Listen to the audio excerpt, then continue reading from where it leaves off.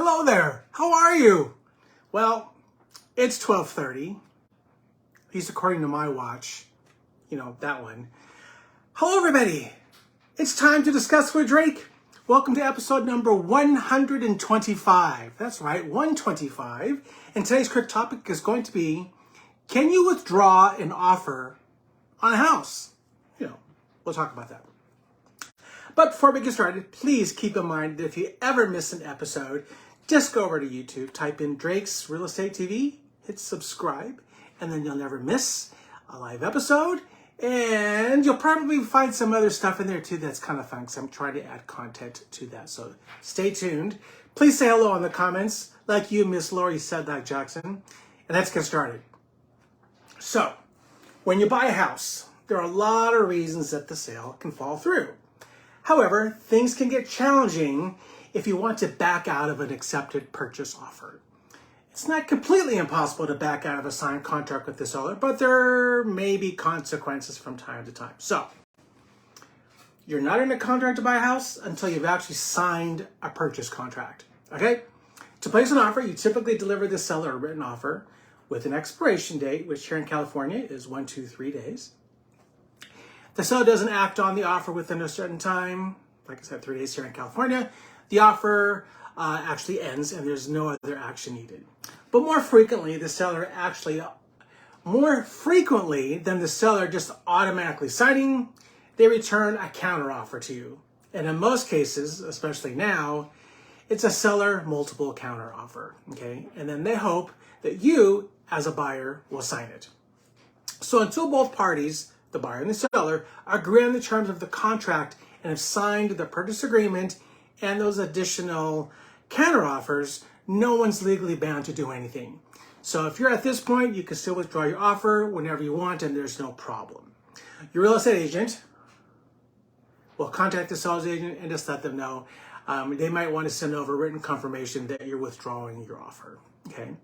But when you sign a purchase contract to buy a house, you're actually legally bound to the contract's terms. So you give the seller earnest money, your good faith deposit, which is an upfront deposit. And the earnest money is meant to show the seller that you're serious about buying the house.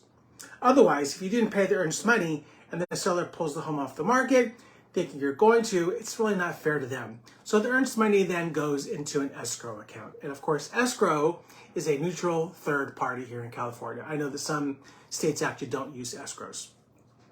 You might include contingencies in your purchase contract that would make it legal for you to back out, but only if they're not met. So the conditions are what has to happen for you to move forward with buying the home. So home buyers might include a home inspection contingency, a loan contingency. Other common contingencies also include selling their house first, or a contingency to protect them in case the home appraises for less than the agreed upon sale price, okay? You can still get your earnest money back if you want out of the contract because of something based on this, which is called the contingency. So what if you have a contingency? What if you don't have a contingency as your reason and you still want to back out? Well, in this case, you're likely to lose your earnest money. You put the money down based on the agreement that you'd follow through on the contract. So if you back out for a reason that's not specified in your contract, you're basically breaking your legal agreement and now are in breach of contract, okay? And I have to say, in 23 years, that's never happened to any of my clients. I won't allow it. You always future cast what's about to happen. So, of course, beyond losing your earnest money, a seller might have grounds to take further legal action. For example, you might be sued for what's called specific performance. The court could force you to close on the home in that situation. This isn't common. I've actually never heard of it happening, but it's still a reality that you have to be prepared for. It's much easier to back out of buying a house before signing your purchase agreement. So if you want to back out after signing the purchase agreement or after the expiration period for contingencies, it's likely to create financial and possibly some legal problems for you. So communication is key, people. Communication is just key. So buying a home actually is a major commitment, of course, right? So if you need to back out, just communicate clearly with the seller and your agent as soon as possible. You may lose your earnest money and have to work with a lawyer to resolve the situation otherwise. So that's really all I have for you today. I hope you found it useful and interesting. So please come back next week. I want to give shout out to Realty Times for all the information that I got to provide to you today. And as always, please don't keep it secret. Share this with everybody you know. And if there's a topic that you'd like me to discuss in the future, just let me know and I'll get it on the calendar. I hope that you have a fantastic week. And don't forget to live, laugh, and love until we see each other again next week.